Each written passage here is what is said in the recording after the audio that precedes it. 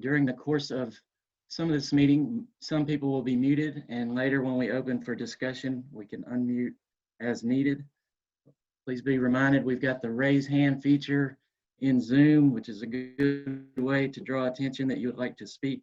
Colby is watching for that, and we'll unmute you when the time is available for that. If you're checking in with a phone number, be advised that Colby will need to know your information on who you are on that phone number, and he will get you labeled with the correct name. And just be reminded that during the meeting, this meeting is for stakeholders, and the speaking privileges will be granted to stakeholders only at this point. Later, the discussion of AIM and Anti-Deg will be open for public comment, and I'll provide more details on that in just a minute. But anyone's welcome to listen in to this meeting, but the meeting itself is going to be open for comments and discussion with DEQ and stakeholders. So moving along, some of the staff DEQ has here today. Again, thanks for the stakeholders for checking in and participating in this meeting, but also the DEQ staff instrumental in putting these plans together and tracking these comments. Dr. Bob Blands, he's our Associate Director in Office of Water. I'm Brian Lehmans, I'm the Senior Operations Manager in Office of Water. Also in Water is Carrie McWilliams, Engineering Supervisor. Dr. Zachary Carroll is an NPDES Permit Engineer, as well as Faison Khan, NPDES Engineer. Shane Byram, also NPDES Engineer. And Jessica Sears is our Engineering Supervisor in NPDES. Also participating is Joe Martin, Planning Branch Manager, Mary Barnett, Ecologist Coordinator, and other DEQ staff, which I may have left out. I apologize, but thank you very much. So moving right along, I mentioned the muting and the raising hand feature, which will be very important to keeping some organization to this. And I'll dive right in to some additional details here. Just to recap where we come from, we started meeting 1 and 2 of this 4-part series back in late June. In meeting 1, we gave a general overview of, sorry about that, I got sidetracked. In meeting 1, we gave a general overview of some of the background of anti-degradation and continuing planning process, the history and the rules behind those plans and the reasons for having them. In meeting 2, we jumped right into the CPP with some of the details of where that plan had come from over the years and where we believe it's going with some of the revisions. In meeting 3, which we had about 2 weeks ago, we dove into the details of the anti-degradation implementation plan. We discussed that the rules behind anti-degradation had been on the books of Clean Water Act and also in Arkansas's Regulation 2 for many years, but we never actually had an anti-degradation implementation plan of sorts. And so that's what this new document is to be. We presented information and we heard from stakeholders, a lot of discussion, a lot of comments, tried to answer as many questions as we could, and also made note of all those comments and questions for moving forward. So today we gather for the 4th meeting of our overall anti-degradation and continuing planning process. And we really envision this 4th meeting as being for the stakeholders. We're going to open it up for more discussion. I'll get into the format of that in just a second. But before I do, I want to make note of a few burning questions that came up really in the last meeting that had to do with our plans for moving forward with comment period, and also our plans for when, if, and how we were to make changes to these plans for moving forward. What we decided was we will have a 30-day comment period. It will begin Sunday, July 26th. We'll publish that open for comments in the Arkansas Democrat Gazette statewide publication. We'll publish that open for comments for 30 days, and that'll be an opportunity for not only stakeholders to comment and provide information for any support of these plans, but also any suggested changes or comments. But it'll also be open for any and all public citizens who wish to comment, provide views, data, arguments on these plans. And we'll be waiting on those comments and evaluating those as they come in. But like I said, we're evaluating as they come in, but we also decided to not change these plans in their current form during the remainder of these comment periods. So we're going to continue to accept stakeholder views today and accept these 30-day comments for consideration, but we're moving forward with the entire process with the two plans in their draft form as they stand today. After the remaining 30-day and the end of the 30-day comment period, we will consider those comments and we will make note and make changes as needed for the final edits. We'll present those to our director of DEQ, Secretary of Department of E&E, and eventually we hope and plan to submit these plans to EPA around the first part of October. So back to the format for today. Like I said, we are planning to make this meeting more about the stakeholders. We want to hear the views and considerations and comments of the stakeholders. We're going to present this meeting more of a, I kind of want to say a hearing style, but instead of calling on individuals for comments, we're going to roll call the chapters of each of the individual plans, chapter by chapter. And we're going to invite comments on those sections and those chapters one by one. By all means, if there's questions for the DEQ staff, we will address those questions and answer those as we can, but we want to limit our discussion as much as we can to more the stakeholder input in order that we can get through each of the chapters. So moving on here.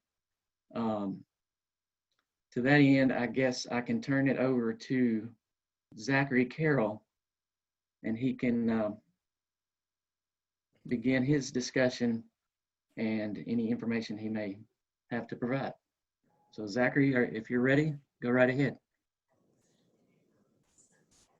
I'm in the process of unmuting him. Bear with me. There he is. We do have somebody, Colleen, raising her hand.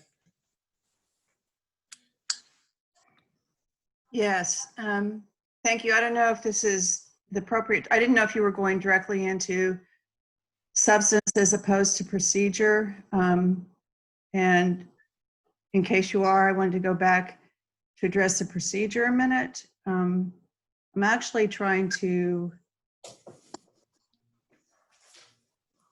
I guess, take a deep breath. I'm very concerned that that DEQ has decided after literally years, if not decades, of working on these two documents or contemplating these two documents, that you have decided to roll them out without considering the stakeholder comments first and considering changes to the draft documents, and that you're only giving a 30-day comment period for two very complicated documents that will be a public notice at the same time, I might add, as the proposed changes to the state water quality standards.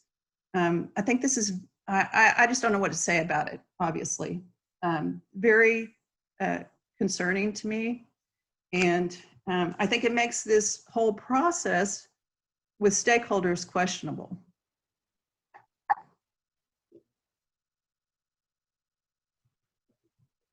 I appreciate the comment and acknowledge the thoughts on that. We chose to move forward with two consistent documents to get consistent comments and also facilitate and expedite the process to move it on forward. So other than that, I don't have a whole lot of further comment. So I'd suggest we can move forward to Zachary, or if there are any others, Colby, I don't know.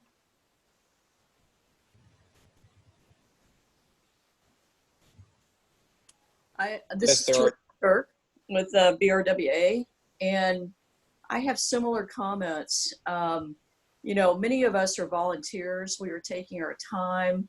We appreciate the opportunity of the stakeholder meeting, but the fact that you are not actually incorporating our ideas or our concerns before you go out for public comment, I find is really disappointing. And I think it's a skewing of the public process. And these documents that we're considering here, they've been worked on or shoved to the side for the past 20 years or never implemented before. And now you're only going to give the public 30 days to comment. I mean, that is really, that's really quite the, that's quite a show. So I think it would be helpful for you all to reconsider, your bosses to reconsider how that looks to the public. That's something that is so important as this, where you're really not taking the stakeholders' comments and incorporating them in here, despite having 4 meetings. And then you're only going to give the public 30 days to review. I mean, it is a scam of the public system. And I just think you really need to reconsider that. So those are my comments right now. Thank you.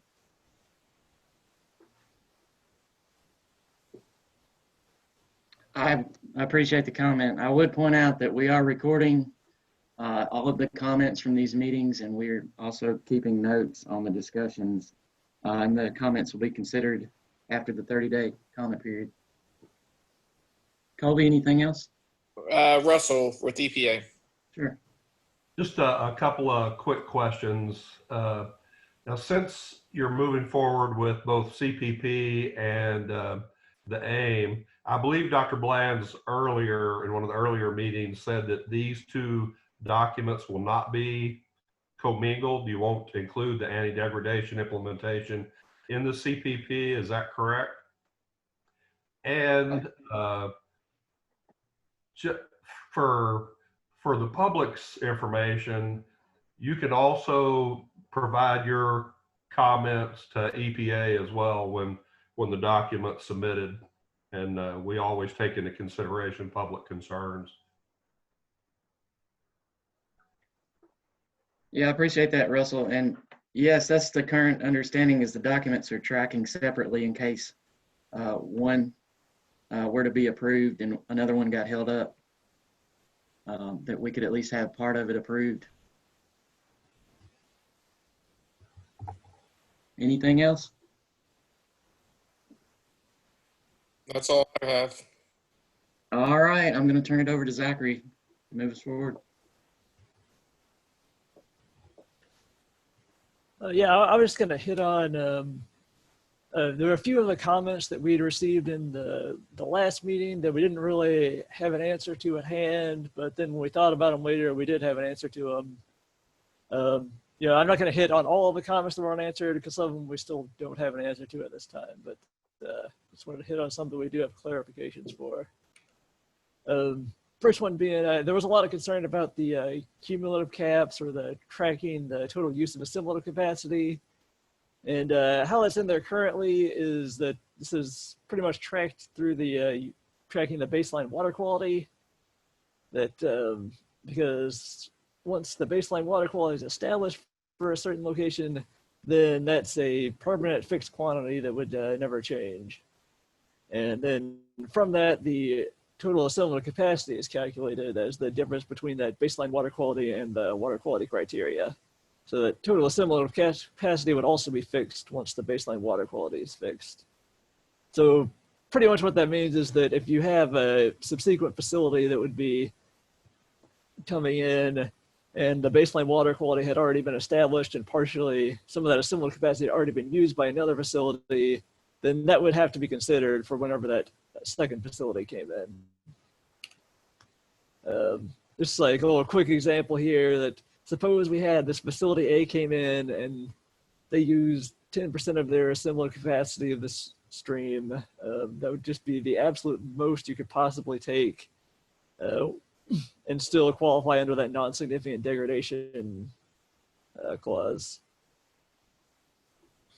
And then let's put some numbers on here to make it a numeric example also. That suppose we have our baseline water quality here of 6. There are water quality criteria of 10. That leaves us with 4 milligrams per liter facility capacity.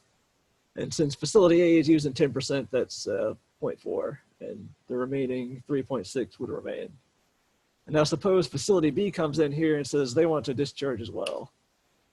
They are automatically considered to cause significant degradation, no matter how little of the assimilative capacity they're using, because facility A has already used up 10% of the total assimilative capacity. And in no case would facility B be allowed to use more than the remaining 90%. The total degradation between the two of them would never be allowed to exceed water quality criteria, no matter how much socioeconomic justification they had. Also, I think we've brought this up several times, but in a lot of cases, we expect that places will just assume significant degradation. For example, if you have critical low flow of 0, then that facility is always going to have a significant impact during the critical low flow conditions because there's nothing there to dilute it at all. So in these cases, we may not necessarily be tracking the baseline water quality, but any newer expanding facility is going to have to do the full anti-degradation review because they're all going to have significant degradation. And if there's multiple facilities, then we would always be tracking the cumulative effects of those to make sure that there's no exceedance of the water quality standards at the bare minimum. So moving on to the next thing, we got a question about if our spreadsheet was based on the EPA's economic guidance. And the one we have is, we're also looking at it and saw that EPA has their own spreadsheets as well, and we might consider those for doing these economic evaluations also.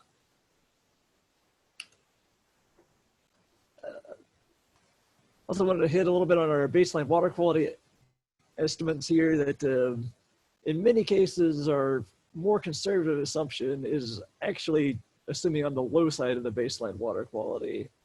Which, I mean, it seems kind of counterintuitive, but that leaves less assimilative capacity to be used up by a facility coming in. To like illustrate this with some numbers here, that for example, if we have a higher baseline water quality, which means there's less pollutants in the water, say in this example, it was 6 and our water quality criteria was 10, then we have this whole section here of up to 4 milligrams a liter that would be the maximum that could be allowed for a facility to use. Whereas if we kind of took a estimate of on the lower side of baseline water quality and it was say 8 milligrams per liter, there'd be a much smaller amount that could be permitted towards the facility. So what we really would not want to do would be to say permit a facility for 3 milligrams per liter when really the condition was more like this perhaps during our worst case scenario or whatever, and then that would be violating water quality standards here. So we want to, and typically it would be a more conservative estimate, be looking at the lower side of the baseline water quality.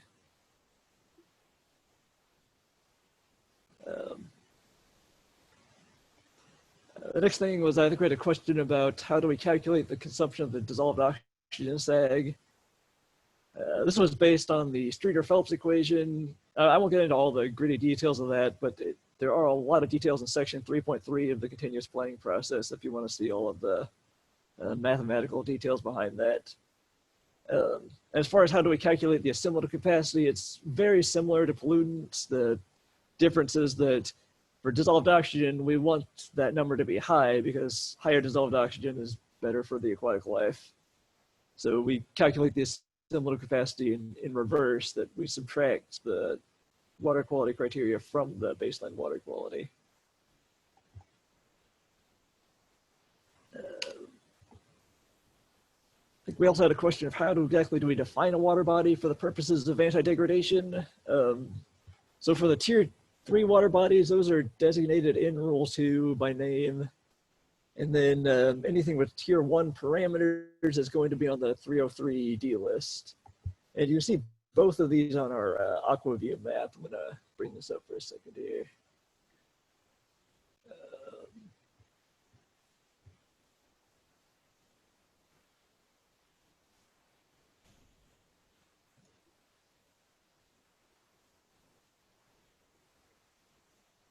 So for example, you've got this layers option here, and you can bring up whatever you want to see. So for example, we got these boxes here, which are all of our outstanding resource waters. And then, for example, you can click on the map and see that this is the Saline River here. So this is one of our ecologically sensitive water bodies.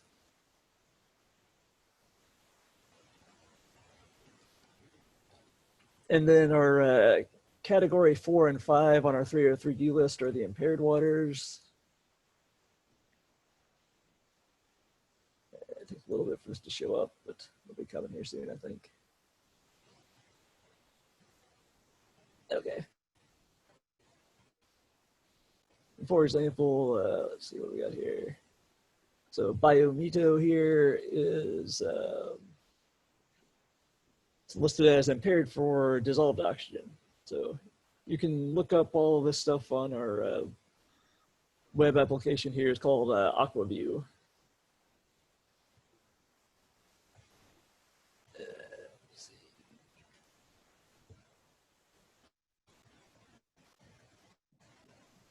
I seem to have lost the place in the PowerPoint.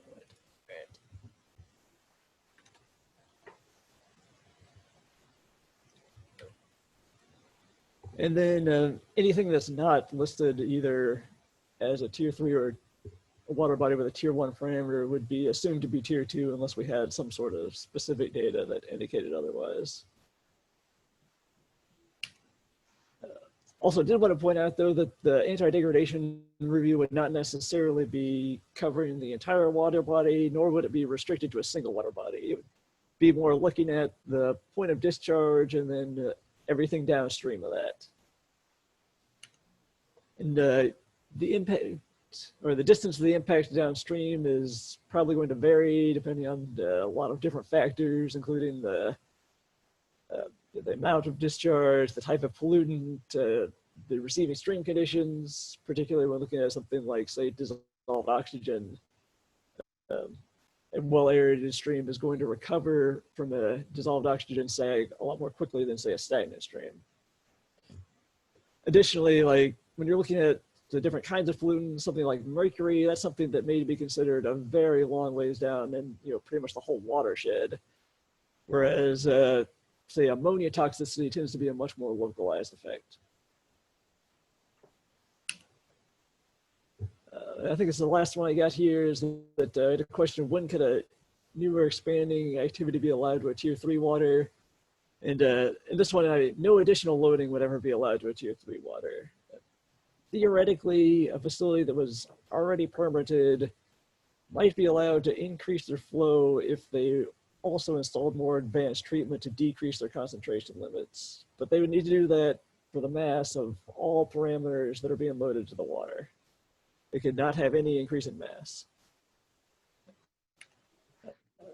So here's a numeric example of that. And I'm just going to talk about one parameter here, but of course this would need to be done for every parameter, not just one parameter. But suppose we had a facility that was discharging 5 milligrams per liter of ammonia at 0.05 mgds, so their mass loading would then be 2.1 pounds per day. Then if they could reduce that concentration to less than half, or less than or equal to half of what they're previously discharging, then they could up to double their flow, because that would maintain or reduce the amount of mass loading. If they could, they might need to do it even less than half to have a little bit of a margin of safety. But it would also need to demonstrate that, as I said before, this would not just be for one parameter, this would be for all parameters. Particularly if we're looking at ammonia here, you can't just convert the ammonia to nitrogen and then be putting that out as, or keep converting it to nitrate and be putting that out as nitrate instead. They would also need to demonstrate that they are reducing the amount of nitrate in accordance to the flow as well.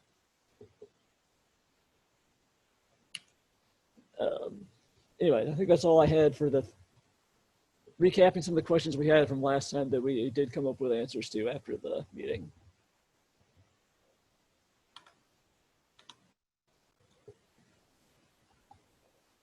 Any questions or comments?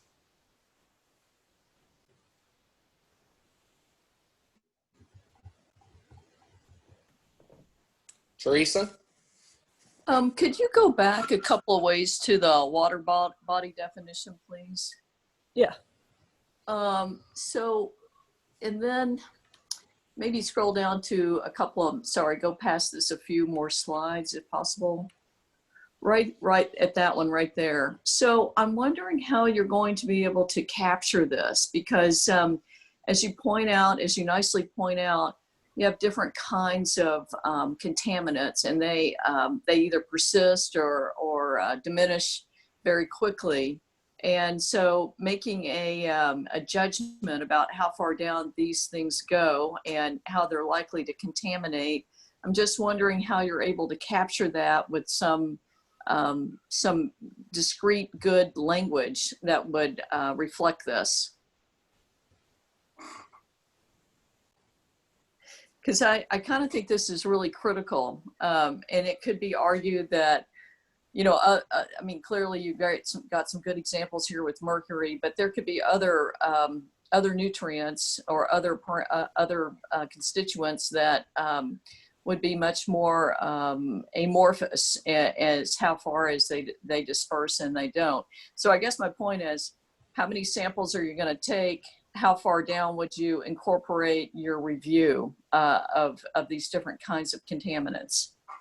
And how can you capture that in a regulation or in a policy? Yeah, that's definitely going to be some stuff we're going to have to consider. I think at this time we don't have anything concrete per pollutant out.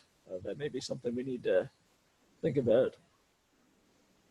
I would really encourage you all to put something in there where you are able to define the boundary of where it's a contaminant and it's not. So in other words, sample further downstream where you actually get back to the non-contaminated water, something like that. So you can actually really define this appropriately for whatever contaminant is in there. Yeah, it's definitely a good point. We'll need to consider how we'll be implementing these exactly on each parameter. And then could you go back up one? I think it was one slide previous. Right, not restricted to a single water body. So I hope that is also really understood within the document as well. You know, as we all know, water moves, and so trying to get a handle on the definitions and the impacts is really, I think, very, very important in terms of the assessment and the policy. Yeah, we'll look back on that and see if it's clear within the document or not. Okay, thank you. That's all the comments I have now. We're gonna go to Russell. Just a quick question back on your graph, Zach, where you were talking about the use of the assimilative capacity and the example of the two dischargers. So in effect, you're allowing potential use of 100% of the assimilative capacity. Is that right? So you're leaving no margin of safety for anything. In effect, taking a tier 2 water body to a tier 1 water body. Is that right? That would be the absolute maximum degradation that would be allowed. Part of the anti-degradation is that they have to do the alternatives analysis, and presumably there would be an economically feasible alternative that would not use all of the assimilative capacity. But theoretically, you could use it all. Okay. That would be the absolute worst case. Okay.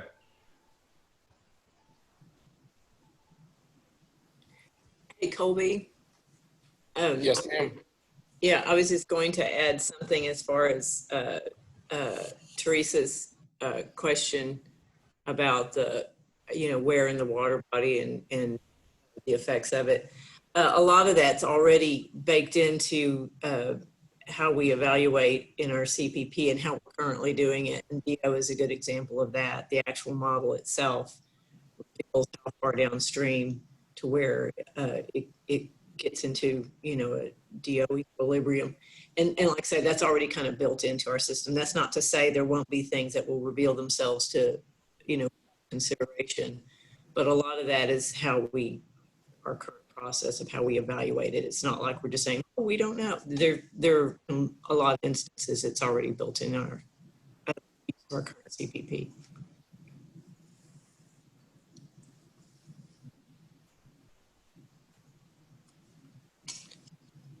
Jesse? Thanks. And this is the perfect slide. And to piggyback on Russell's question, so I had a question regarding assimilative capacity and also with how baseline water quality is going to be established and then set.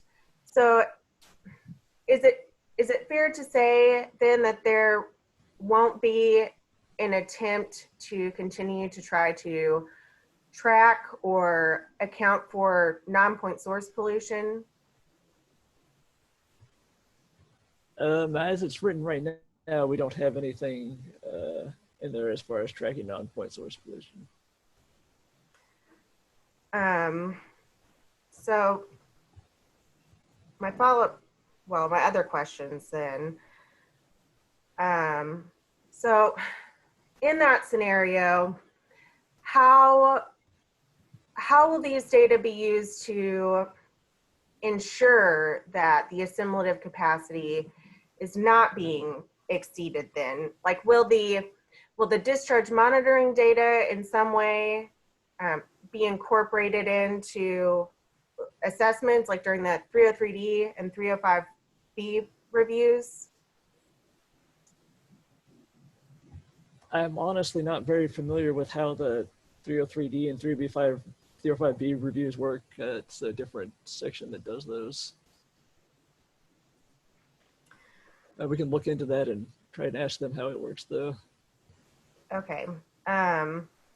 Well, so with baseline water quality, I know that are still a lot of questions there, but have you guys discussed, so say for sites where you already have your ambient long-term monitoring stations, how you will use those data that currently exist to calculate the baseline water quality right now?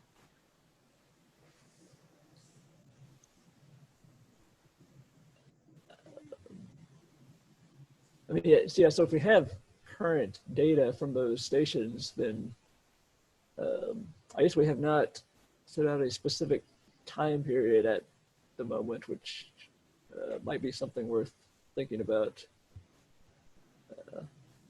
But we definitely would be using data from those stations if we have it available.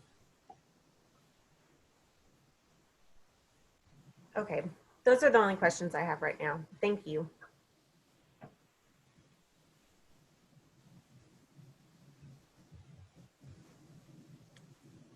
So we got one. It was mentioned that the baseline water quality is a fixed value once determined. How does this allow for a change in non-point source pollution?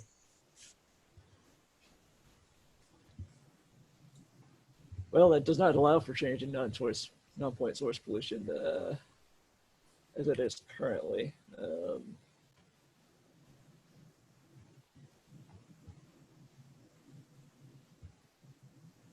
That may be something we need to consider.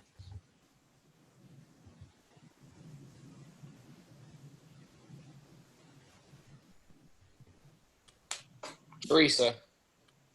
I just want to follow up on that point. You know, we have lots of expansion of CAFOs, especially chicken CAFOs, and you're going to have non-point source pollution coming out of those. And so really taking a look at that, how you account for non-point degradation, I think is extremely important during this review. And so I would hope that you would focus in on that. Secondly, if you allow a tier 2 stream to have all of its 100% assimilative capacity used, then you're going down to a tier 1. why would you not have a margin of caution? Why would you not have a 20% safety margin right there? Because there is so much uncertainty in our sampling, in our water quality measurements. And then also, as we know, recreation is the second largest employer in the state of Arkansas. You know, this is an economic driver and is increasing 4 to 5% every year in terms of employment and revenue brought into the state. So I would think that you would want to have some kind of margin of caution, given the uncertainty principle, and also how important this is to our economic opportunities and revenue in this state. So I'd really appreciate it if you all could go back and think about that a little harder. Leave some room in there, because there's lots of unknowns that happen, and especially with climate change that we're obviously experiencing now. Thank you. Those are just my comments. Yeah, thanks. We do, well, it's not explicitly built in there. I would like to point out that we do, whenever we're estimating this assimilative capacity, we're doing this at our worst case scenario conditions, typically the critical low flow conditions. So most of the time of the year, the stream would be at better conditions than whenever we estimate this assimilative capacity. So there is some degree of at least a conservative estimate there on that. But we will definitely take your comment into consideration about margin of safety. This is Carrie again. Also, as a follow-up on that, when in that illustration that Zach had up on the screen, and it shows the total assimilative capacity left, I think the demonstration was intended mainly to show that what happens when all the 10% is used up. The whole process of the anti-degradation is to show how we go about that and to define that total assimilative capacity. We're never saying, and we're waiting for the first person to come along and use it all up. That's not our intent. It's just basically to show the framework and to define the lines that you color in. And when you get further on into the process and actually specific instances where they're expanding or there's a new facility, that's looked at as more in depth, and those things are taken into consideration in addition to those built-in factors of safety like extreme conditions like 7Q10.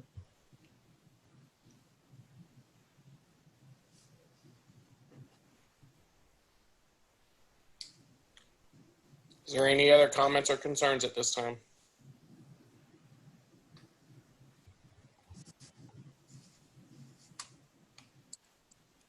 Justin.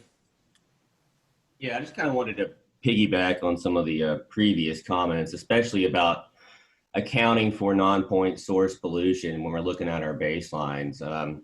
Been spending a lot of time lately on the rivers all around the state, and we've had some major erosion problems, and all that sediment contributes a ton of nutrients to these waters.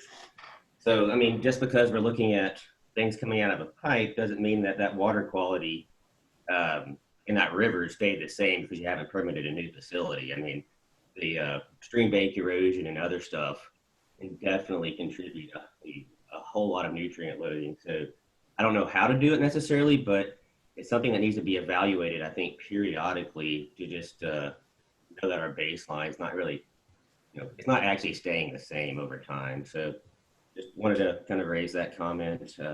Don't have an answer for you, but something definitely to consider. Thank you. Yeah, I think that is a good point. That's something we'll need to consider.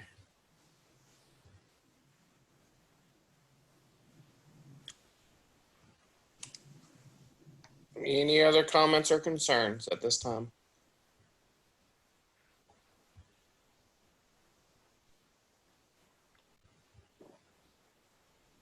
Zach, I appreciate you going through those points and hitting back on some of the things we had talked about before. I think at this point, we're going to transition over to Carrie McWilliams to begin walking through some of the chapters. Carrie, I believe, are you starting with continuing planning process and then the aim second? Yeah, and if I could have, I guess I do have screen sharing privileges. To make sure I've got the right one up here. Yeah, can y'all see that? I'm just using it as a starting point on the CPP. Okay, and this is just as a way of making sure we're covering all the bases. And I'm just going to do a call out, and we're starting with the CPP chapter by chapter. And if people have specific comments relative to these chapters, raise your hand and Colby will catch it. Okay, chapter 1 of the CPP, Water Quality Management Program.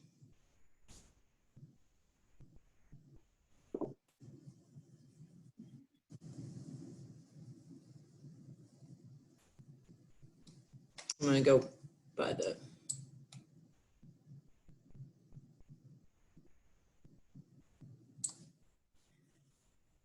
any comments on chapter 1? Chapter 2, technology-based effluent limitations.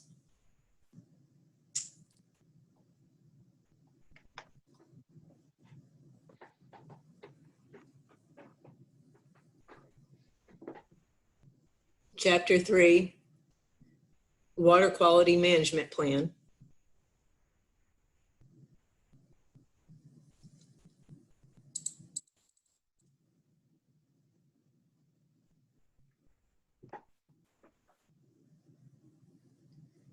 Chapter 4, water quality based effluent limitations.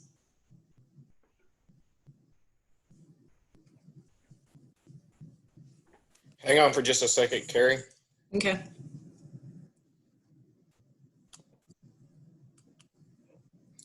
Russell. That's one thing I wanted to say is you can no longer see the raise your hand option in the chat, but EPA will be providing specific separate comments on the entire CPP portion by the end of the week, I believe. I appreciate that. Thank you. Is anybody else having trouble with your raising your hand feature? If so, message me if you need to be unmuted.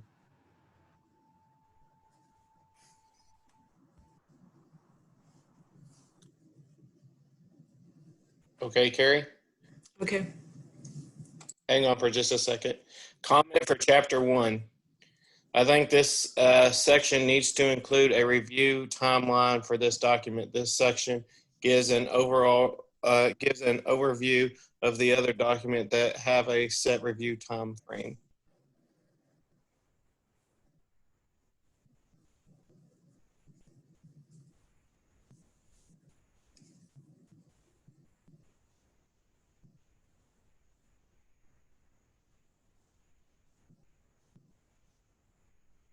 Do you have any more comments, Colby? Are there any others? That's all I have as of right now. Okay. Just to catch back up, chapter 4, water quality based effluent limitations.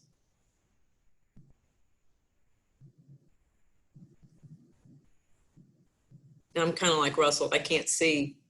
I don't know of any hands being raised, so I'll just try to move uber slow. I will let you know if I see something. Okay, thank you.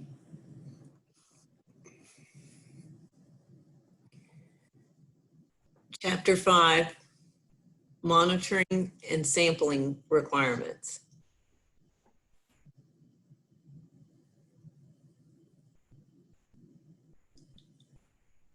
Chapter 6, whole effluent toxicity.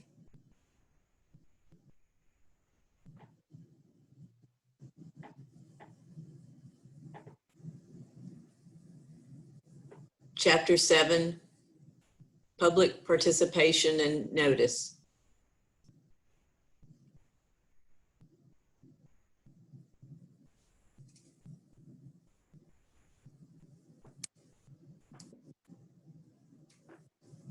No comments received in the chat.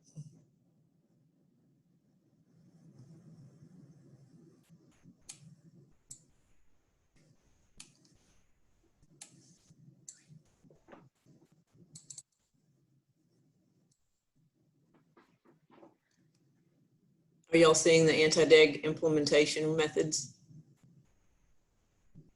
Yes, I ma'am. see it, Carrie. Okay, thank you.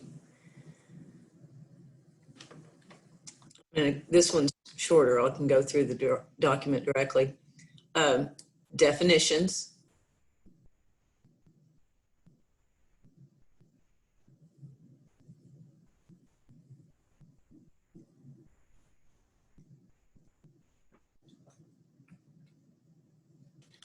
Wait right there for a second.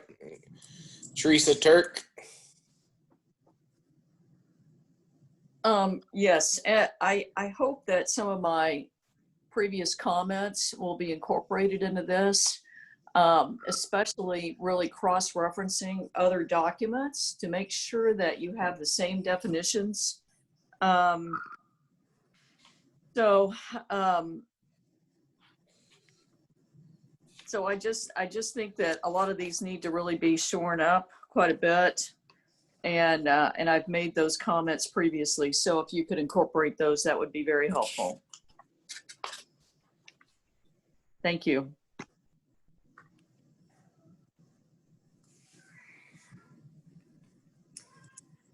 That's all I got, Carrie.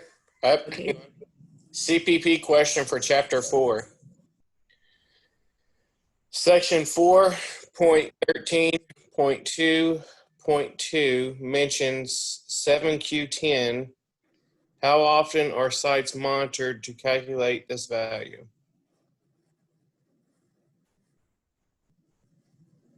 What was the reference again? CPP question. Chapter 4. Section 4.13.2.2. How often are these sites monitored to calculate this value?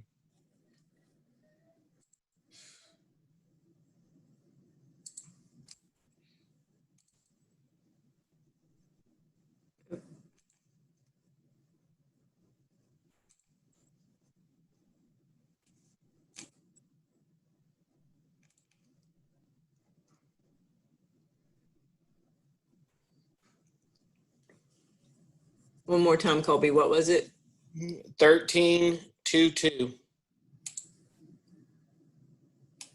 So the specific question is the 7Q10 stream flow. How often is the sites monitored to calculate this value?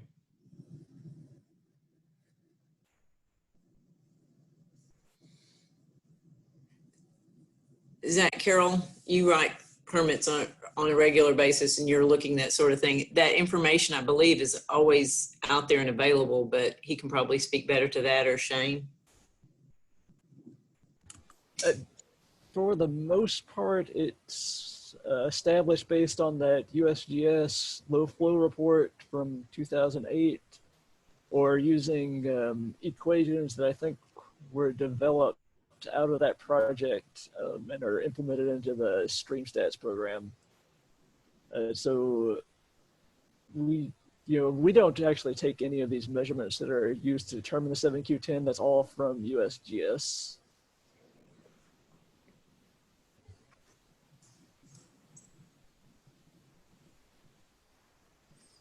Any other comments or questions?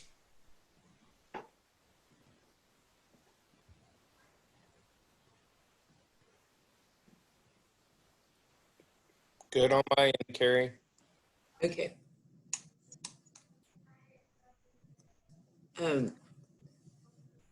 Back to the anti-degradation, chapter 2, introduction.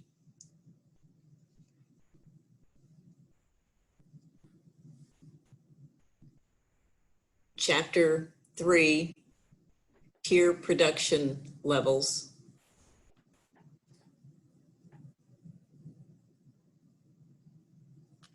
Got a comment from Teresa Turk. I think it's important to identify how you're determining your tier levels, what that process is. I don't know if this is the right location, but it would certainly be helpful to know exactly how that determination is done.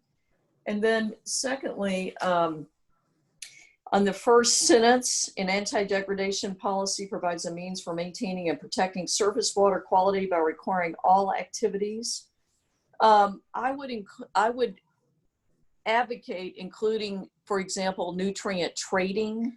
There's no reference at all to nutrient trading in this document. And I think that will be an issue that will be upcoming here real soon. And I want to make sure that nutrient trades are included in an anti-degradation review. Some kind of reference to that would be helpful.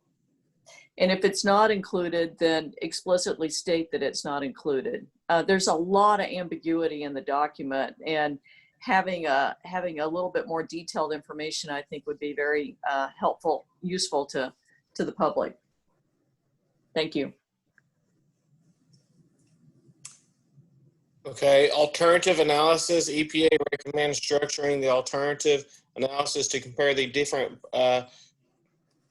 options that prevent or lessen degradation. Was a comment. Another one, question for AIM definition. Will BWQ have minimal requirements to help ensure established values are representative?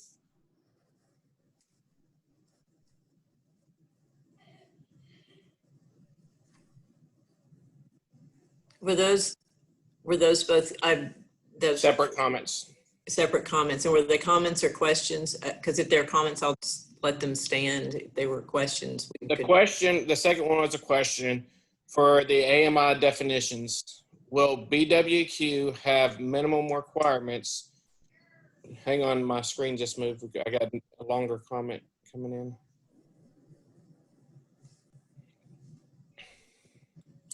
There it is.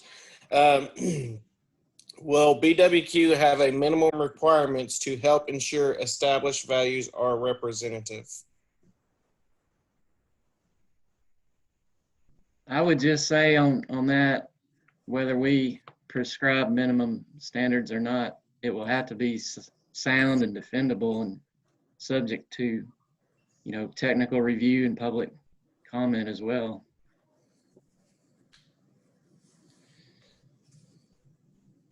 I think Terry or Zach might have pointed out a while back in today's discussion that, we might not be able to outline every single technical question and requirement we may face in the future in a particular application, but we will continue to review on sound scientific principle and technical and engineering judgment that our decisions are sound and based in science. We may not know every situation we may face, but I'll turn it back over to you, Kerry. So I got a long comment. I'm going to try to break it up where I feel like it needs to be broke up and ask and then read on the next. Existing activities, please clarify how the phrase result in significant degradation would be determined.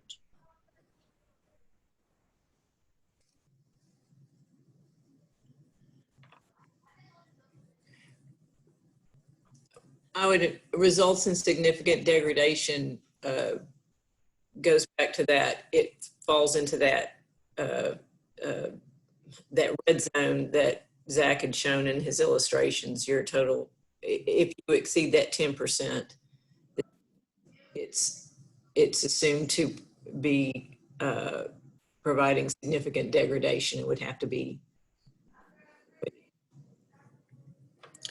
less degrading alternative. EPA also recommends adding a definition for the practical consistency with 40 CFR 131.3N in the context of 40 CFR 131.12A. 2 II means technology possible, able to be put into practice and economical viable. Parameter by parameter base recommended. That DEQ expands this definition to add when an activity is proposed, the state, territory, or authorized tribe determines which parameter have water quality that is better than the applicable criteria developed to protect the CWA section 101A user. The water body is considered high quality for those parameters. Using this method, a water body can be tier 2 for some parameters and tier 1 for others. Determinations of protections are made at the time of the anti-deg review.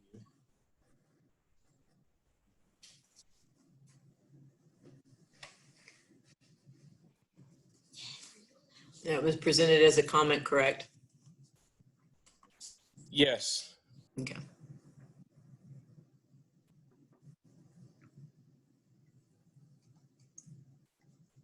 Is there anything else out there currently, Colby? I am caught up. Thank you. Okay, we had discussed, or we had offered up Chapter 3 tier protection levels. Chapter 4 tier protection levels and anti-degradation evaluation.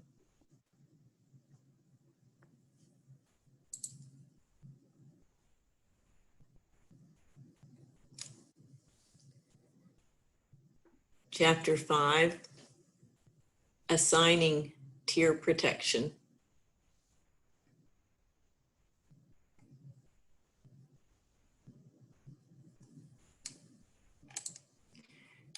Chapter 6, revising tier protection levels.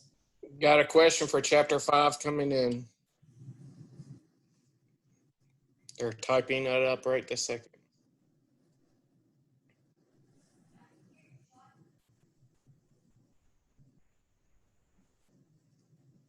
Will general anti-deg review be open for public comment?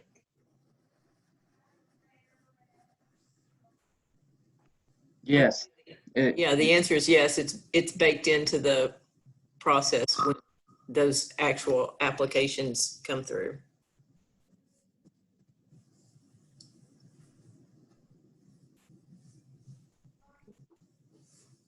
Jesse Green.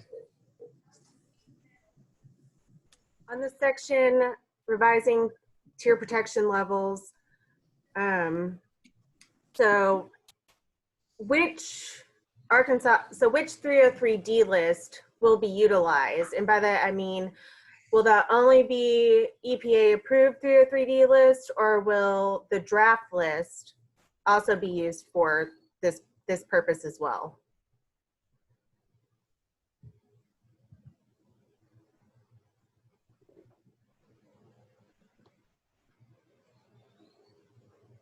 Well, generally speaking, we don't make any permit decisions on the draft 303D list. We have to work off of final approved lists. Okay, thank you.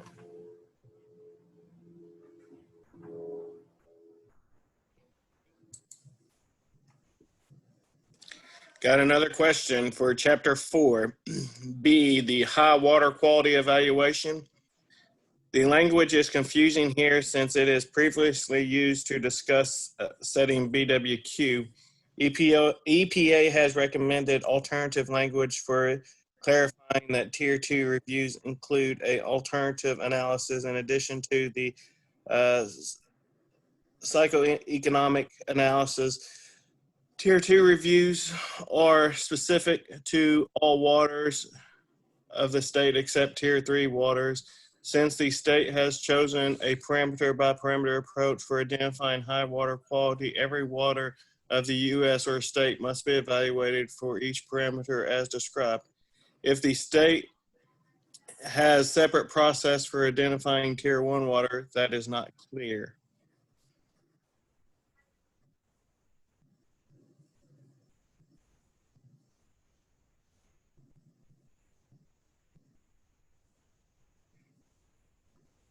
And again, I'm presuming that is a comment. That's how it seemed to be couched. Yes, we got another comment from Justin.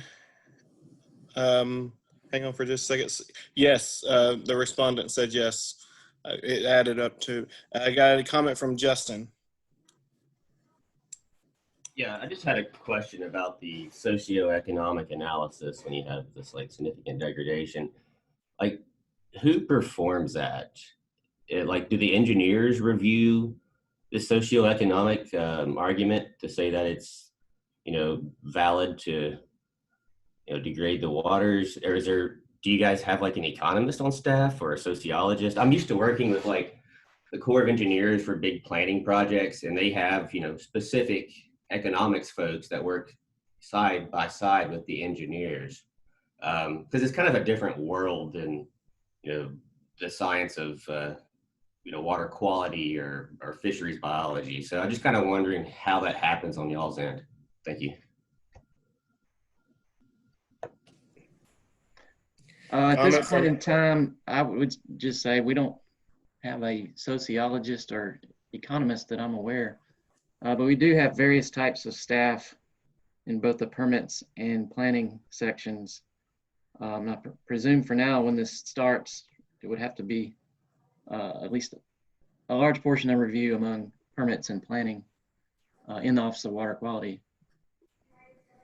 Yeah, like for like utility lines, like the Public Service Commission, they evaluate stuff and they have like they look at a certificate of public need. Is it going to benefit society? But I think there's more of a sociology kind of question and answer there.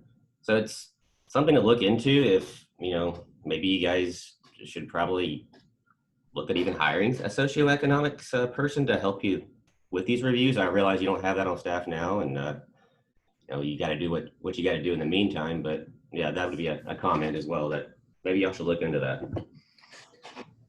EPA has a comment that EPA has guidance for the economic analysis. Cool. Could you share that with the group, Russell? He said yes. Thank you.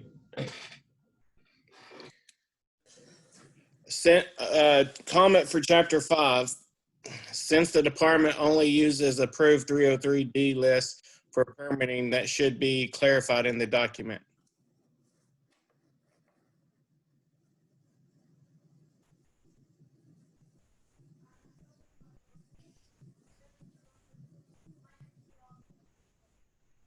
And that is all caught up at this moment. I think Russell's going to share something, and I'll share it to everybody in the chat window.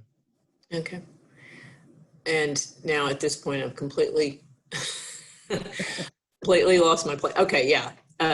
We had hit Chapter 6, revisiting tier protection levels. Moving on to Chapter 7, activities eligible for anti-degradation review.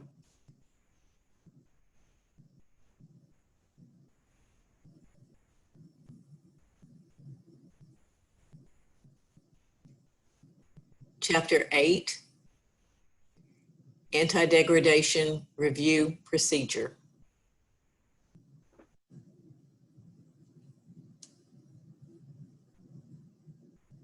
Got a comment. Hang on. Okay.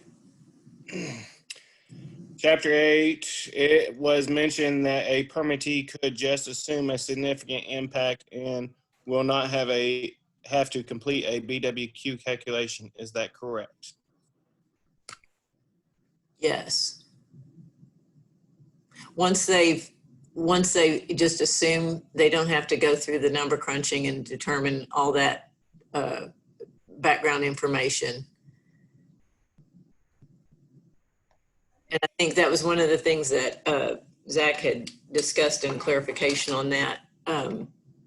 One of the things that's done at that point is that it's not an accounting system. You're not actually taking into account where that number would be. They just go ahead and assume that it's taking place, and that puts them in the process of going through the anti-deg review, the alternatives analysis, and the socioeconomic, or just the alternatives analysis.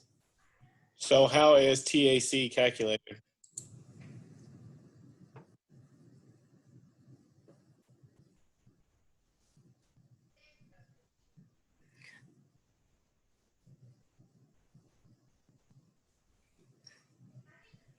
The TAC is going to be that difference between the baseline and what's existing at that moment in time. So it's basically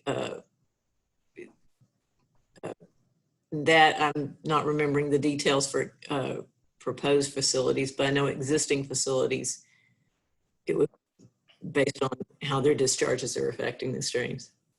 Is that Or how is it assured that the stream does not become a tier 1?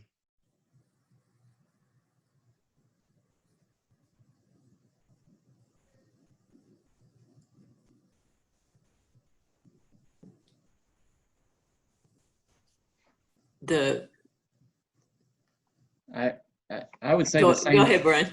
The same way it is now, with the methods spelled out in the current CPP and the future, the upcoming CPP, which evaluate streams at critical condition, that's usually minimum low flow, and also evaluating the facility at its highest discharge rate at the limits, which are often not the case, especially with the flow of the background flow of the stream is often not at minimum low flow.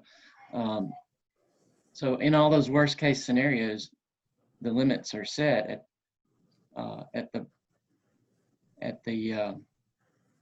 limit available for the facility, but the stream will be protected through evaluating that through those worst case scenarios. Please add on, Carrie, if I've left something out of that. No, and it's usually difficult for me to respond to that because that's pretty much our existing current permitting process does what it's supposed to do to ensure that water quality is met. This is just another layer that shows, okay, you've got some wiggle room here, but you still never go below that water quality. A better question might be, with no BWQ, how will TAC be calculated?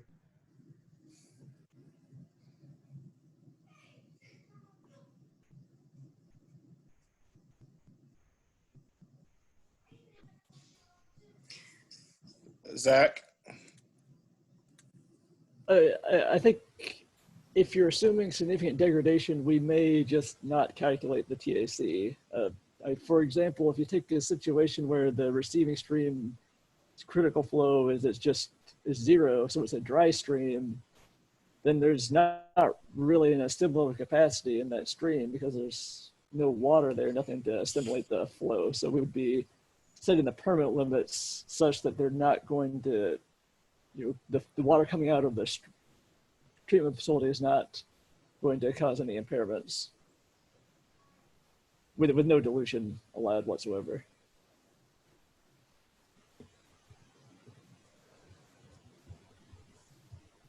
Just to get this comment on the record, I think we've discussed it. It was another comment that came in when we were discussing all this. Hang on, my screen just jumped because somebody added a comment.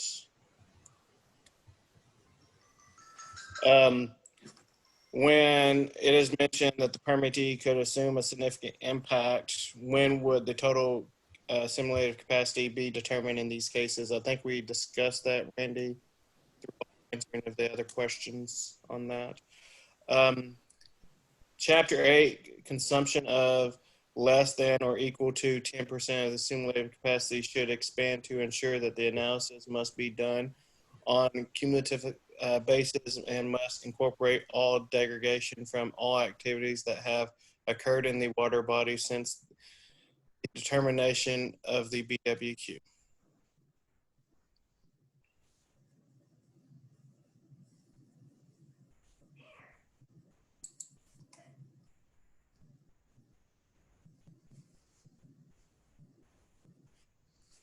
Again, that was a comment. I believe so, Russell. Yes. And with that, we are caught up on my end. Anybody else have any comments or questions?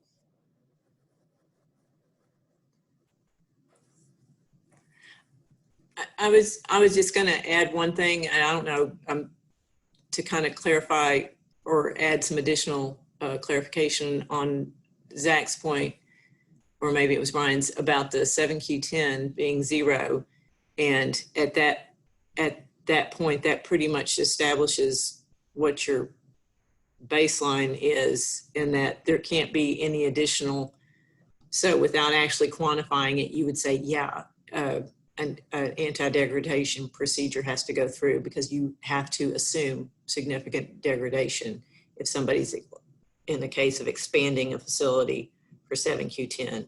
So it negates the accounting procedure.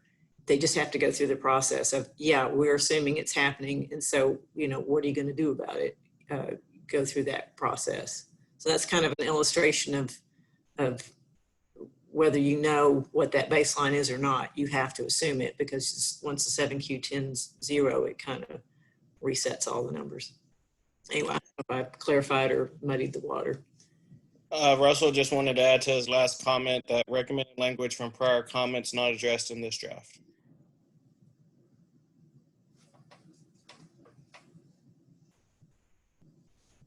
And we are caught up on my end, Carrie. Okay. So we just covered Chapter 8, Anti-Degradation Review Procedure.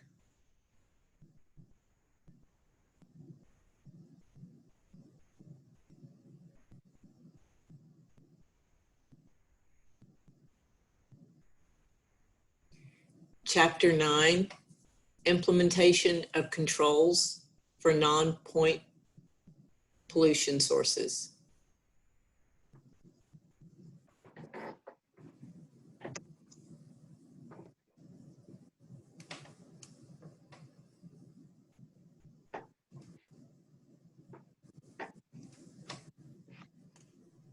Good to go on my end. Okay. Chapter 10, Public Review.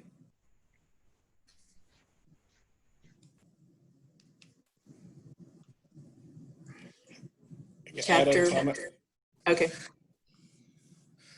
With regarding to allowing lowering of water quality, high water quality waters, EPA recommends the state lay out the steps for assuring the highest statutory and regulatory requirements for point sources are achieved, and also assuring that the lowering that is being authorized will not impair existing uses required by 40 CFR 131.12A2.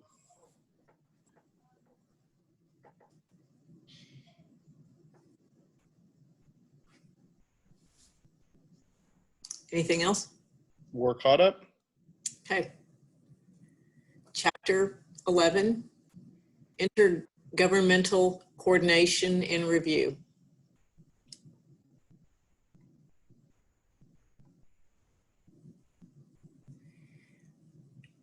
Chapter 12, Final Action.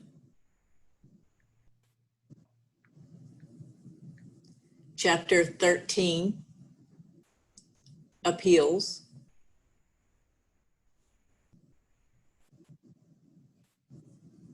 And the last chapter, Effective Date.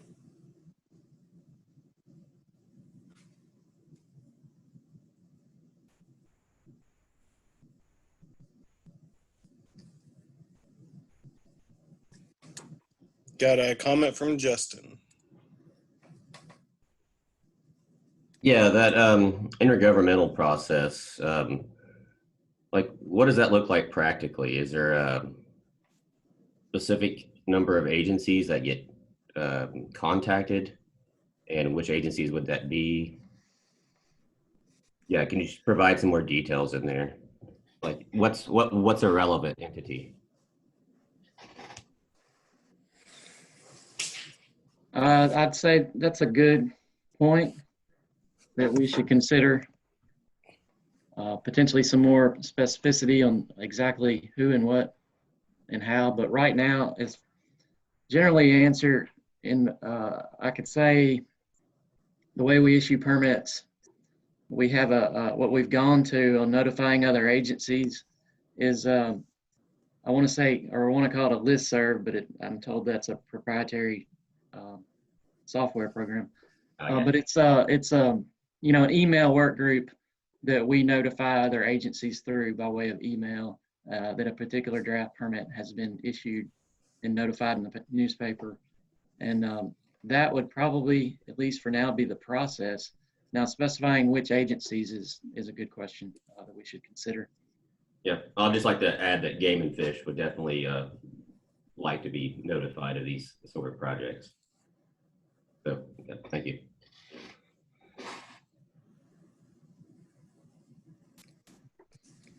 Colleen. I'm just going to add to what Justin said, that in terms of the notification, this is something that drinking water utilities have repeatedly requested DEQ do, but we believe that downstream public drinking water utilities also should be part of the process and notified in advance.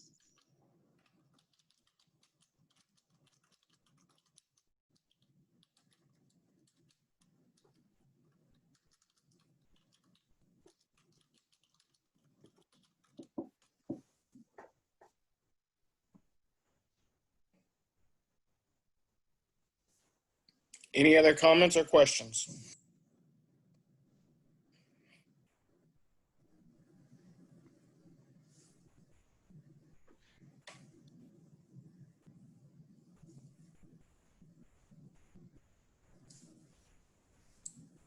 Carrie, I am caught up. Okay. The only thing left would have been the last diagram. It's listed as chapter 15, but it's the diagram for the decision-making process.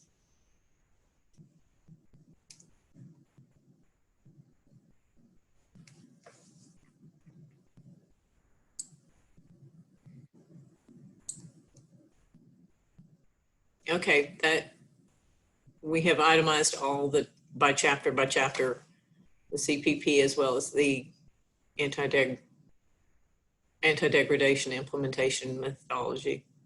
That's it. I just want to add for the record that I think, at least for some of us, the failure to make some specific comments today is driven by the fact that they're not going to be taken into consideration before this goes out to public notice. I will say I think there are a lot of things that still need to be worked on in these documents. For example, one example, there's very little implementation language regarding lakes and reservoirs, which of course for Beaver Water District is an important issue. There is some discussion, for example, of jet plume models, but you know, it's very, very limited, and DEQ knows that reservoirs and lakes and streams have different hydrodynamics and they should have unique implementation language. So that's one hole in this document. So I guess we'll save our comments for the written comment period. Again, you guys say you're going out to public notice in a matter of days on this. I guess I have a question. I think I know the answer to it, but at the conclusion of this process, is there going to be any response to comments? And is there, and that's one question. The second question is, what is driving the rush to apparently get this to EPA in October? Okay, I'll attempt to answer some of those. As far as response to comments goes, this is not being done as a permit activity or a regulation change, in the sense that responses may not look like you see on a regulation or a permit. Our reaction to comment will probably be written into final plan changes and likely won't be a long, extravagant response document. But it really hasn't been determined what that may look like, if any. But any reaction on our part would be written into the final plan document for sure, which is how we would envision at least part of that working. As far as the rush is The rush is simply, I don't acknowledge a rush at all, but except for the fact that we want to update the CPP as it's been a long time. And we also want to get our implementation, anti-degradation implementation methodology moving forward as it's been some time coming. So I wouldn't exactly call it a rush, except for more of a goal on our end to try to move these things forward by this fall. So that's really where we are, and that's our goals, and that's where we intend to head, is to try to move everything forward this fall. But I see some questions, if there are more. Colby? Yes, Colleen. Yes, well, just to respond, Brian, and I'm afraid you're getting some reverb on what I'm saying, but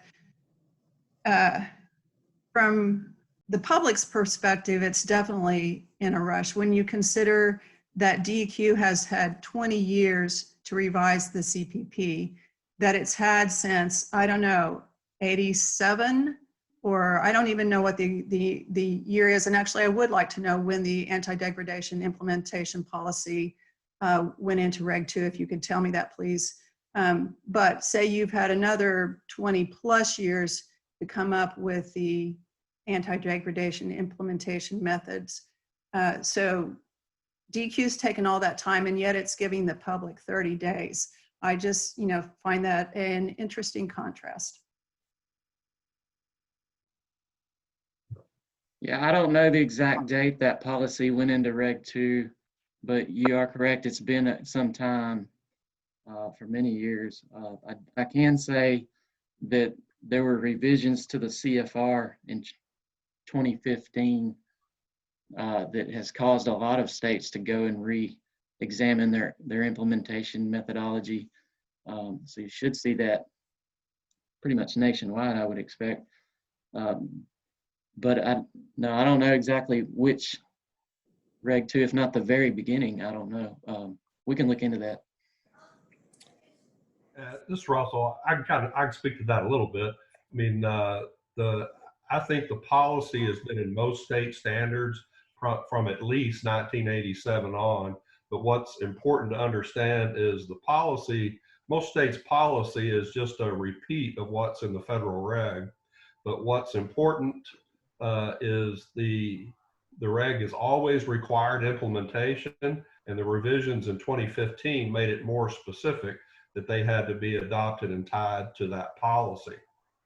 And so it's important, and actually I appreciate DEQ's efforts, because it's going to be a lot of work for me to review, not only their triennial revision that's coming up, CPP, and the AIM document, but really the reg requires that this implementation be in place before they issue a permit. So it's important to them, and I understand their rush. And just one more question, just want to make sure that on your July, I think 26th date, is that for comments on both CPP and the AIM? Yes, that's the plan, and that would be the beginning of the 30-day period. Okay. July 26th. We'll be sending written comments on both. Great, thanks. Yeah. Colleen. Thank you, Russell, for that additional information and acknowledging that, in fact, the requirements do go back to 1987. I will say that,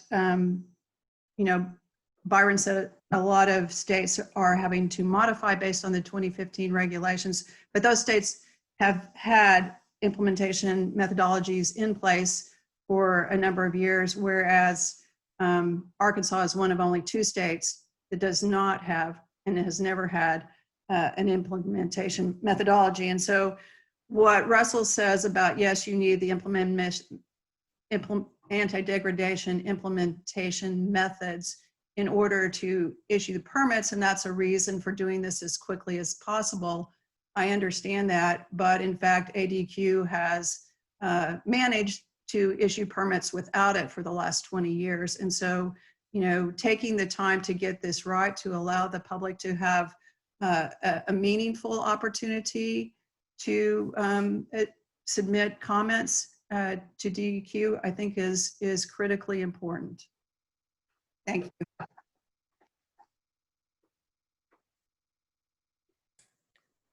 So one question coming in from the chat is it possible for EPA's comments on these documents to be shared with the stakeholder groups? Yes, we anticipate posting all of the comments as they come in on the same webpage as we've had all the other information posted. Similar to the way we have the stakeholder comments that were presented last year also posted. We will continue to post things on that webpage.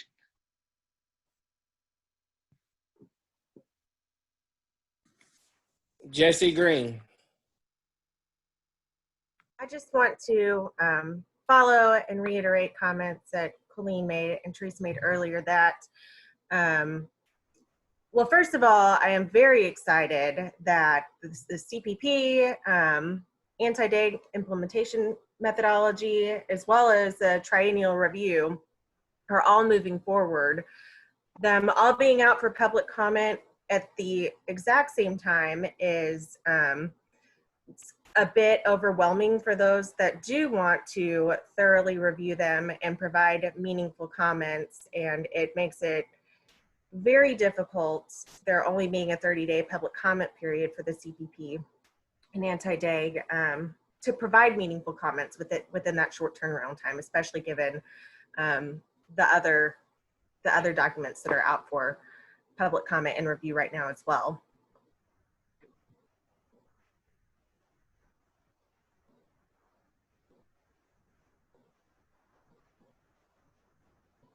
Appreciate that. We'll take that into consideration. Teresa Turk. Thank you. A couple of questions just to make sure I'm clear on this. So when comments come in, you will post those immediately to the website? Because I know last year when comments came in, they were held until the very end and after the deadline, and then they were posted all at one time. So I'd like to be very clear on the process you're going to implement in this case. Yeah, let me comment on that I'd be very careful with the word immediately because we often run into some delay in time, the transmittal of the files and the posting onto the internet. But Carrie, please clarify, don't let me overspeak. Isn't that the intention of what we decided, to post comments as fast as possible to the website? Yeah, and we've gotten, as we progressed in this stakeholder series of meetings, we've gotten faster and faster. But we have to, the process is we've got the folks in our office right now who are listening in who are transcribing it, plus we record it, they go over it.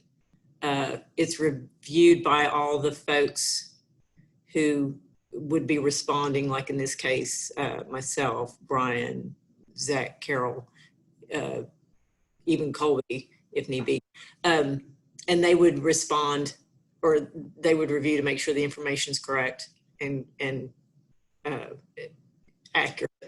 And then we submit it to our IT to actually post, and that alone takes some time. And then when you look at the comments, the comments from the last meeting, they're quite lengthy.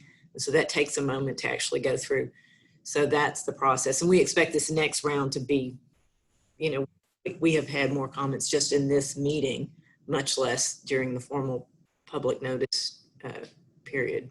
So, but also Carrie, that when they submit written letters and so forth, especially after Sunday, I think the stakeholders are asking, will those be posted fairly timely or immediately is the question, but we plan to post those as well as they come in. So within 1 to 2 to 3 days I'm just trying to get a little clear on this. What's been your experience, Carrie? I don't think we can Yeah, lock you to a definite. I've just recently handed off that work to our staff engineers, Faison Khan and Zachary Carroll, and they have been very, very, very quick. And IT has been very, very quick. So, you know, if we had written comments and we looked through them today, it would not be unrealistic to say that those would be posted by Friday. Not all cases, and I can't, you know, today's Tuesday, you know, Thursday or Friday. Okay. There's a lot of moving parts, and you just, you know, have to account for that. I did also want to note, especially if you send something in like the postal mail, that will have to go through our mailroom and get digitized before it gets to us. So that sometimes may create some additional delay before it would get posted. Okay, couple of more comments. Will any addresses be excluded? And what I mean is that in the past, that you've excluded email addresses from, say, Hotmail accounts and Yahoo and some of these older original email addresses. And I want to know what your policy is on that, because at least 5 or 6 and possibly a lot more comments were excluded from those email addresses. I don't know about that, and I would hope nothing is excluded that are true comments. You could certainly ask for a confirmation of receipt. Could you please check on that? Because I know Yes, that we there can. are many people that still have, myself included, but many others that their comments were blocked in the past because of the email address. So it would be nice to see what your software is doing now. That would be helpful. The additional thing is oftentimes, and I mean almost every time, you guys, the email address that you give us to make comments, it's down or it's not working or there's something wrong with it. Could I ask you to check on that daily to make sure that it's functioning properly? I want to add to the on the list of blocking emails and stuff like that. We had issues receiving comments from Hotmail accounts. We've had to work with comments through the firewall. We have a firewall set up to block out try to block out spam, and that is what comes through on that. The situation that you do, if you do have a Hotmail account, please ask for a read receipt or ask for a confirmation, and we'll respond to you with the confirmation on that. But we have a firewall set up to protect the agency on that. Well, that is just really amazing. This is the only agency where I've ever had this kind of problem. Do you just have an automatically, can you implement an automatic confirmation of receipt so that whenever you submit it, everybody will know that that sender will know that you've received it? We'll have to look into that. I believe there is a way of doing that. But if you want to request a receipt, that would be the best way. I mean, it's not just me, it's a lot of other people. So we're just making sure that our voices are heard. And so then also,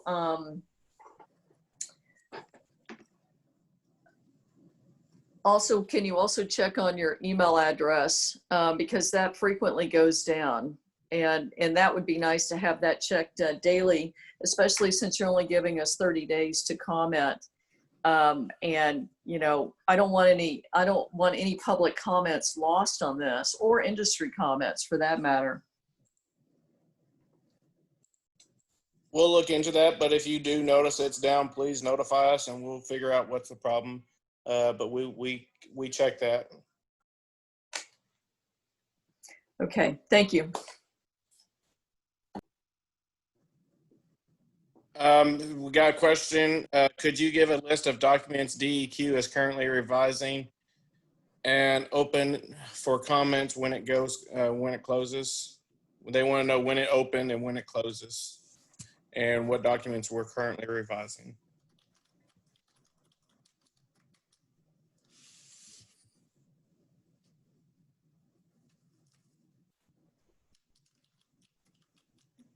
Well, the documents are the draft CPP and the draft Anti-Degradation implementation methodology. And they will be on the web page, and we can certainly post any other documents that may be relevant, that were relevant in developing those drafts. But the ones open for comment will be those two. Mary from Planning Branch said she's working on Rule 2. She's going to give us those dates in just a moment. While we're waiting on those dates, I'm going to go to Colleen. This isn't why I raised my hand, but I think the deadline for comments on Reg 2 is September 8th. So it is the same exact time frame as this 30-day comment period now.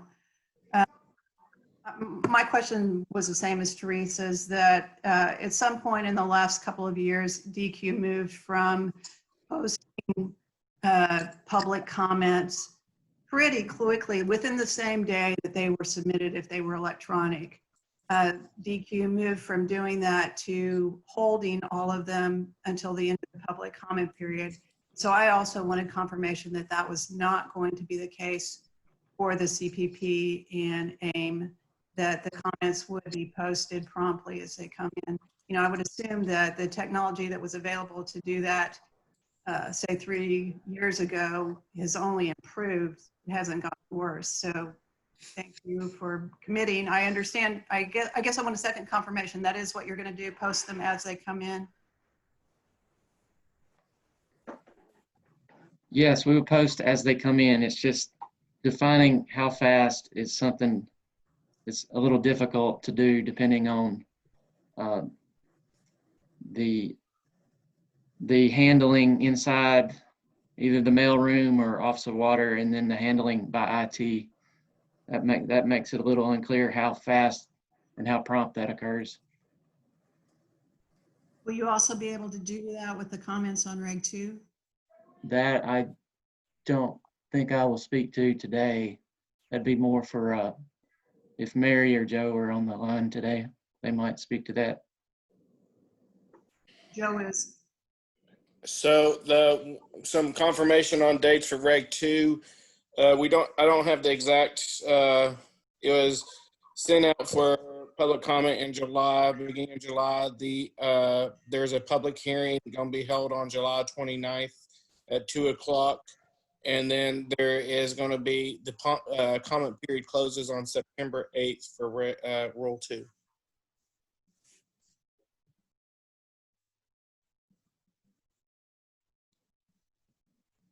And Russell. I just had one quick question. I believe you mentioned something about a responsiveness document on comments. Did y'all say y'all were going to do that or are not going to do a responsiveness comment? I don't have a final decision on that, but potentially no, or not the same format, at least not the same format as previous rule changes or previous permitting comments. So it's just not clear. I can't answer that right now. Sure, I understand. So I do have a question. There was a question that came up. It's regarding, Sean, correct me if I'm wrong, it's regarding the Rule 2 public hearing. Will this be held virtually due to COVID? Mary or Joe, if you could respond to me and I'll put it out there. Colleen. I'm sorry, Sean, thank you. Any public hearings, will the public hearings be held virtually due to COVID? And Rule 2 is going to be held virtually due to COVID. And Brian could answer on the other one about any public hearings. My understanding right now, we're generally staying out of the office and out of the commission room, and things are staying for the most part virtual, unless there's some indication or special case of why they should not be. But we're running things virtual still, as far as I know. Mary also made a comment for their Rule 2 change. If you make a comment and you request a Zoom invite, they can send you a link out to the group that requests that.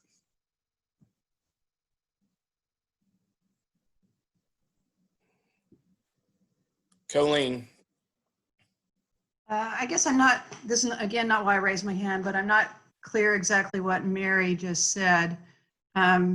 So in terms of the Reg 2 public hearing at the end of the month, which is coming up soon, when will the public notice go out that provides information for connecting publicly, if that's going to be an option, which I would encourage DEQ to make that an option. You know, the public notice that's out there right now does not provide for remote connection. So that's just, you know, again, I wasn't clear what Mary said. Maybe she could, again, say what the options are and whether that will be in a public notice that's issued by DEQ and when it will be issued and when it will be posted on the website. Okay. She's going to respond to you. I'm trying to find her name right this second. Bear with me. There she is. Mary, I'm trying to unmute you. You might have to hit *6. There you go. Okay, can y'all hear me? Yes. Yes, okay. So the public notice was published on July 4th and 5th, and the public notice is posted on the Commission's regulation website. And it's a really long notice because it does have some different items added to it. So if you just want to view the hearing, there is an Energy and Environment YouTube channel where you can view the hearing. If you anticipate wanting to make a comment at the hearing, then there's a phone number for you to call. It's 682-0907. You call that number or you email comment@adeq.state.ar.us and you let them know that you would like to make an oral comment at the hearing, and they will send you a Zoom link. So there are two options, either just listening in via the YouTube or participating via Zoom. You just have to request that Zoom number. Thanks, Mary. Can you hear me? Yeah. Yes. So, thank you. That's great to know. So my original question was on the responsiveness document, which I understand you're now, originally the first of this meeting you said there would not be one. Now you don't know. I'm wondering how that decision is going to be made, and also as a member of the public, follow up on Russell's comment that we can send comments on the final document that's sent to EPA, but you know it'd be great to know why the basis for DEQ's decisions on changing or not changing any of the provisions before we communicate with EPA, because we may agree with what DEQ's done so a responsiveness summary I believe would be very helpful in this process, and so again I just ask that be done. Thank you.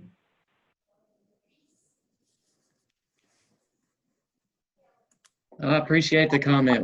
We'll take that under consideration.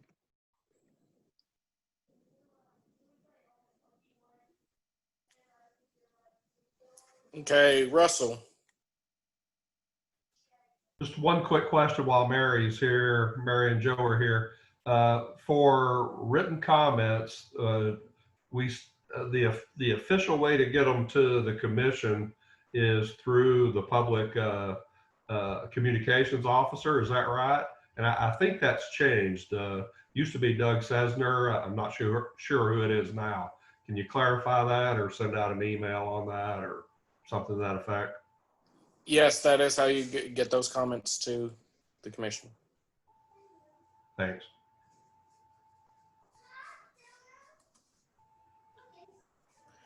Colleen.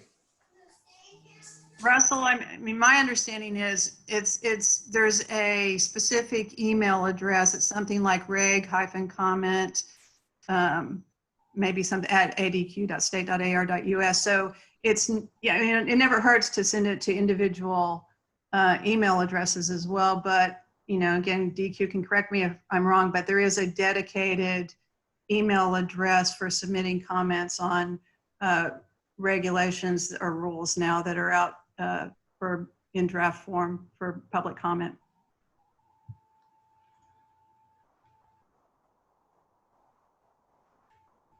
Russell. I just have a slight advantage in that I can always send them to the standards folks. So, but I just, you know, we usually like to make sure that our comments go through the public process as well to make sure everybody else can see them as well. I'm sending you an email address in the chat feature. They all need to go there so they can be properly captured. That's for rule 2. That's that comment.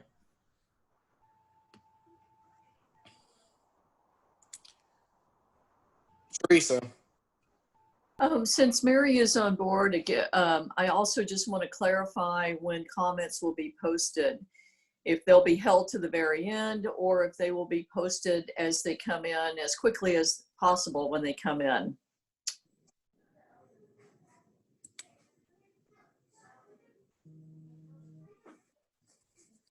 Mary, can you hear us?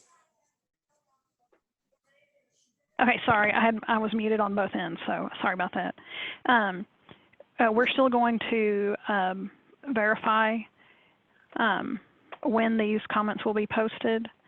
You know, looking back at the previous triennial review, the public comments were posted, so we can work to seeing exactly how that process is going to work. Right, they were posted, but many times they were posted at the very end in a group. So I would appreciate hearing back exactly what your process is going to be, if you're going to hold them or if you're going to post them as they come in and make them available for others to see. Okay, well, I will get in contact with the person who manages that comment email, and I can, Colby, I'm not sure how we do that, if I respond back to one of y'all and y'all have like an email list of all this group, or what that process is. We do have an email list that we could send it out to. Okay. And I would ask that if you decide to not post them as they come in, could you provide a rationale for that? Because that's definitely been a change in policy that I've seen in the last year. Before, they were always posted it when they came in, and then all of a sudden they were held. So it would just be nice to hear the justification if that ends up being what you all do.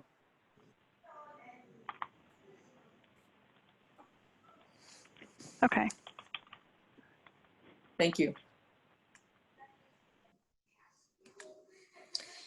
Any other comments regarding CPP or anti-deg?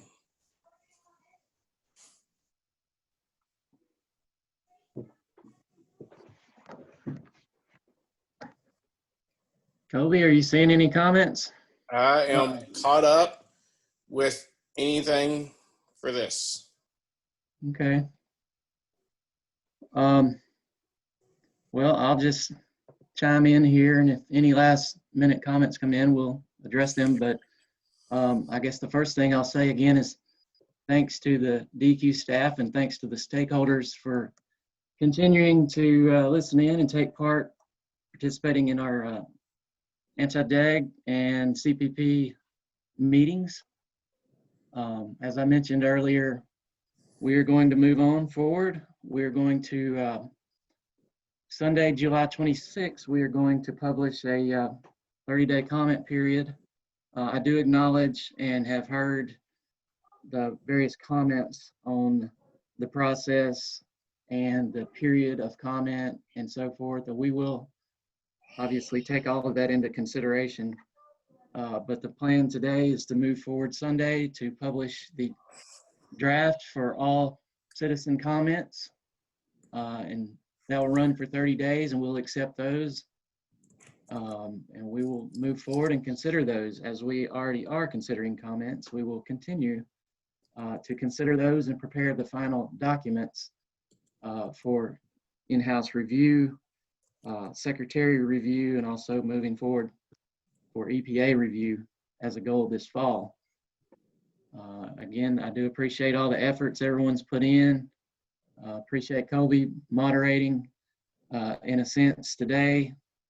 Been taking more and more a part of this. You were first the behind the scenes guy. Now you're kind of taking over the comments, and appreciate that. Thanks to the staff helping out with these documents. They've been very tedious at times, and we certainly spent a lot of times, and I appreciate the stakeholders' involvement and review. I still don't see any comments. Colby, do you have any final comments or questions? No comments or questions on my end. Well, to that end, I think I will conclude this meeting. And as we move forward, any announcements will be made on the Office of Water webpage for CPP and anti-degradation. Also, we have the email group that we can announce information to, and we will do so as things progress. I appreciate everyone today, and with that, I'm going to conclude the meeting. And I'm going to conclude and sign off. So I appreciate it, everyone. Thanks.